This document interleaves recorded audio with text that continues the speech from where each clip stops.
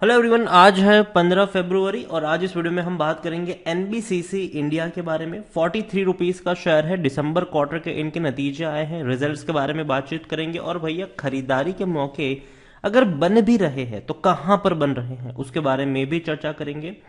और इसके अलावा एक और छोटा सा शेयर है सिंप्लेक्स इंफ्रास्ट्रक्चर, 40 रुपए का शेयर है, इसके भी रिजल्ट्स आए हैं।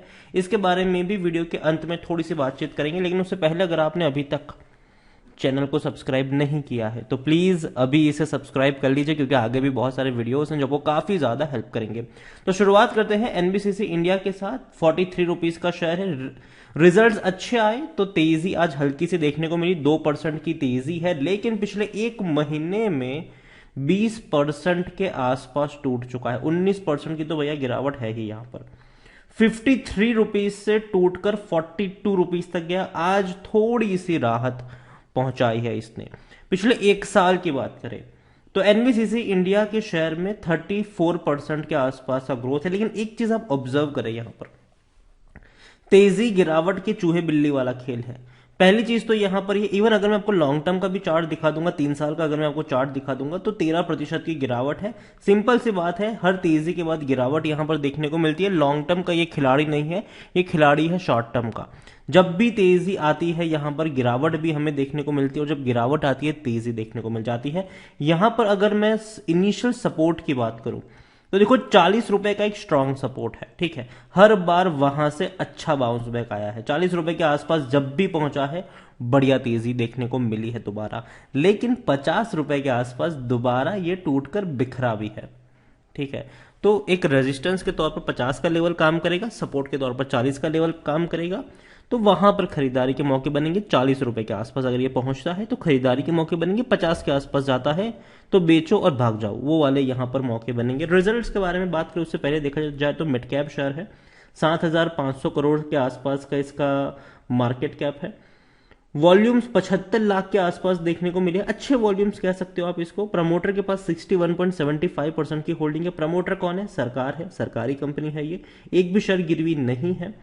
दूसरी ओर 3.09% की होल्डिंग एफआईएल्स के पास है, 3.10% की होल्डिंग म्यूचुअल फंड के पास है, 7.09% की होल्डिंग इंश्योरेंस कंपनी के पास भी देखने को मिल रही है। एलआईसी 6.55% की होल्डिंग लेकर यहां पर बैठा हुआ है और 47% का आपको डिविडेंड यहां पर मिल रहा है। मतलब पर शेयर 47 पैसा डिविडेंड के तौर पर आपको यहां पर मिल रहा है। एनबीसीसी इंडिया की अगर मैं बात करूं तो according to Moneycontrol user 9% लोग कहते हैं बेचो और भाग जाओ, और 86% लोग खरीदने की सलाह दे रहे हैं। रीजन ये कि देखो 40 रुपए का जो एक अच्छा सपोर्ट है, शेयर उसके थोड़ा सा आसपास है। तो पहली चीज बेचने की सलाह मेरी भी नहीं है। लेकिन जहां तक बात है खरीदारी की तो 43 रुपीज का लेवल मुझे लगता है कि थोड़ा सा इंतजार करने वाला लेवल है, एकदम से कूदने वाला लेवल नहीं है। जो अच्छा लेवल है वो 40 to 41 रुपीज के आसपास है, ठीक है। इसका मतलब ये नहीं कि कंपनी खराब है, अगेन कंपनी अच्छी कंपनी है, नतीजे भी आए हैं वो शानदार आए हैं, उसके बारे में बात करेंगे। तो यहां पर देखेंगे तो अगर 2019 फाइनेंशियल ईयर की बात करें तो 10,000 करोड़ के आसपास के इनके रेवेन्यू थे, वो टूटकर 8,000 करोड़ रहे और 2021 में 6,832 करोड़ रहे। लेकिन अब अच्छे नतीजे आए हैं। दिसंबर क्वार्टर में 2,000 करोड़ का इनका रेवेन्यू आया है, बहुत अच्छा है। इससे पहले 1,912 करोड़ का रेवेन्यू था। तो रेवेन्यू बहुत अच्छे हैं इनके। और जहां तक बात है इनके प्रॉफिट्स की तो 83 करोड़ का मुनाफा भी इन्होंने कमाया है, जो कि अगेन अच्छी बात है। इससे पहले 72 करोड़ का इनको प्रॉफिट हुआ था। मतलब कंपनी प्रॉफिट में है, प्रॉफिट में है ये कंपनी। और आने वाले दौर में अगर हम देखेंगे तो इनका जो प्रॉफिट 236 करोड़ के आसपास का था 2021 में, 2022 में भी इसी के आसपास होगा। थोड़ा सा ऊपर नीचे जरूर हो सकता है, ज्यादातर ऊपर ही होगा, नीचे नहीं होगा ये। तो ग्रोथ तो लौटी है यहां पर, ठीक है। तो चीजें अच्छी हैं, बेहतर है, उतनी खराब भी नहीं है। लेकिन जैसे कि मैंने आपको पहले भी इसका चार्ट दिखाया और वो चीज आपको एक्सप्लेन करी कि ये वो शेयर नहीं है जिसको आप खरीद के भूल जाओ। फ्यूचर में हो सकता है अगर कुछ अच्छा निकला है यहां पर, लेकिन अभी के लिए मैं एक ही सलाह दूंगा, 40 पे खरीदो, 41 पे खरीदो और 47 to 50 रुपीज के आसपास जाता है बेचो और भाग जाओ यहां से। फिर ज्यादा यहां पर लालच करने की जरूरत नहीं है कि अच्छा अगर 55 पे जाएगा, 60 पे जाएगा तब बेचूंगा। अगर इतना वेट करने के तो दोबारा क्या पता वापस 45 पर टूट जाएगी। तो अपने आप को थोड़ा सा संभाल के रखो और खरीदारी करने का सही वक्त है, इसमें कोई दिक्कत की बात नहीं, क्योंकि शेयर ओवरबॉट जोन में नहीं है। 34 का इसका पी रेशियो है और सेक्टर पी 64 के आसपास है। कोई भी रेड फ्लैग अभी के लिए नजर नहीं आ रहा है। और होल्डिंग्स की जहां तक बात है, अच्छी खासी होल्डिंग प्रमोटर लेकर बैठे हैं, म्यूचुअल फंड लेकर बैठे हैं, डोमेस्टिक इंस्टीट्यूशन के पास भी है, फॉरेन वालों के पास भी है, और रिटेल वाले भी अच्छी खासी क्वांटिटी में लेकर यहां पर बैठे हुए ही हैं। तो एनबीसीसी इंडिया देखो, रिजल्ट्स आए हैं, अच्छे नतीजे हैं, खराब नहीं, लेकिन एवरेज मैं कहूंगा इसको, अच्छे रिजल्ट्स है ये।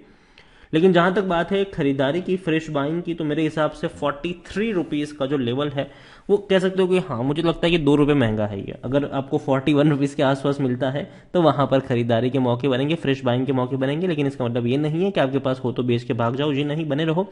बेचकर भागने का मौका 50 रुपए के आसपास बनेगा, तो उस लेवल को भी अपने ध्यान में, दिमाग में जरूर सेट करके रखे। और खरीद के भूलने वाला शेयर नहीं है, अगेन मैं कह दूं।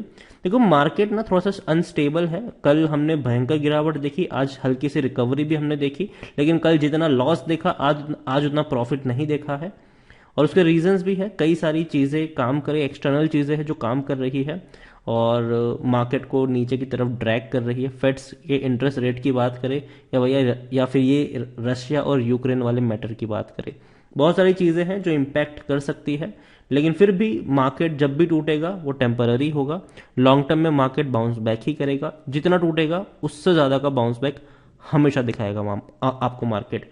तो अगर अच्छे शेयर्स आपको सस्ते मिले तो उसमें लॉन्ग टर्म की पोजीशन बनाइए, और अगर खराब शेयर, एवरेज शेयर अगर आपको सस्ते मिले तो वहां पर शॉर्ट टर्म की पोजीशन बनाइए। एनबीसीसी अच्छा शेयर नहीं कहूंगा इसको, लेकिन शॉर्ट टर्म का शेयर है, तो यहां पर टूट कर अगर बिखरता है तो शॉर्ट टर्म की ही पोजीशन बनानी चाहिए, लॉन्ग टर्म की नहीं। एक और छोटी सी कंपनी है सिंप्लेक्स इंफ्रास्ट्रक्चर लिमिटेड, 40 रुपए का शेयर है और भयंकर गिरावट यहां पे चल रही है।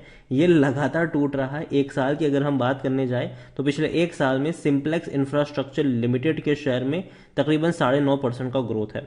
28 रुपए से 53 तक पहुंचा, लेकिन टूट गया, तेजी आई, टूट गया, तेजी आई, टूट गया, तेजी आई।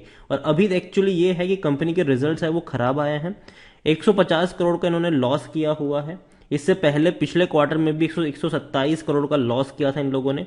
और जहां तक बात है, इनके सबसे दिक्कत वाली बात यह है कि इनके जो रेवेन्यू है वो लगातार कम हो रहे हैं। 485 करोड़ का इनका रेवेन्यू है दिसंबर क्वार्टर में, जो इससे पहले के क्वार्टर में 535 करोड़ था और पिछले साल 670 करोड़ था। तो रेवेन्यू इनके लगातार कम हो रहे हैं और लॉसेस इनके लगातार बढ़ रहे हैं। तो ये अच्छा संकेत नहीं है सिंप्लेक्स के लिए। और दूसरी बात, यहां पर देखो प्रमोटर अच्छी खासी क्वांटिटी में 50% की होल्डिंग है, उसमें भी हाईएस्ट पब्लिक शेयर होल्डर में है एचडीएफसी ट्रस्टी कंपनी लिमिटेड। तो देखो सिंप्लेक्स, अगेन मैं कहूंगा, ये नहीं मेरी सलाह है कि जाके खरीद लो, मत खरीदना भैया अभी के लिए, लेकिन नजर रखो इसके ऊपर। और टूट कर अगर ये बिखरता है और आपको अगर सस्ते दाम पे मिलता है, जो दाम होगा 30 रुपए के आसपास, हालांकि जाना मुश्किल है, और लेकिन अगर मार्केट की हालत खराब रही और इसी तरीके से ये शायद टूटता रहा तो क्या पता 30 रुपए पर भी ये मिल जाए। लेकिन अगर 30 रुपए के आसपास मिलता है तो खरीदारी के मौके वहां पर बन जाएंगे। तो इसको भी आप यहां पर ध्यान में रख सकते हैं। अगेन स्ट्रेट अवे जाके खरीदारी मत कर लेना, अच्छा लेवल नहीं है अभी के लिए, नतीजे खराब आए हैं, कुछ दिनों की गिरावट देखने को मिल सकती है। तो वीडियो को यहीं पे एंड करूंगा। पसंद आया हो तो लाइक करें, शेयर करें, चैनल वगैरह पहली बार आए तो प्लीज सब्सक्राइब करें। और एनबीसीसी इंडिया के बारे में आप क्या सोचते हैं और सिंप्लेक्स इंफ्रास्ट्रक्चर के बारे में आप क्या सोचते हैं वो भी आप मुझे कमेंट में लिखकर बता सकते हैं। Thank you.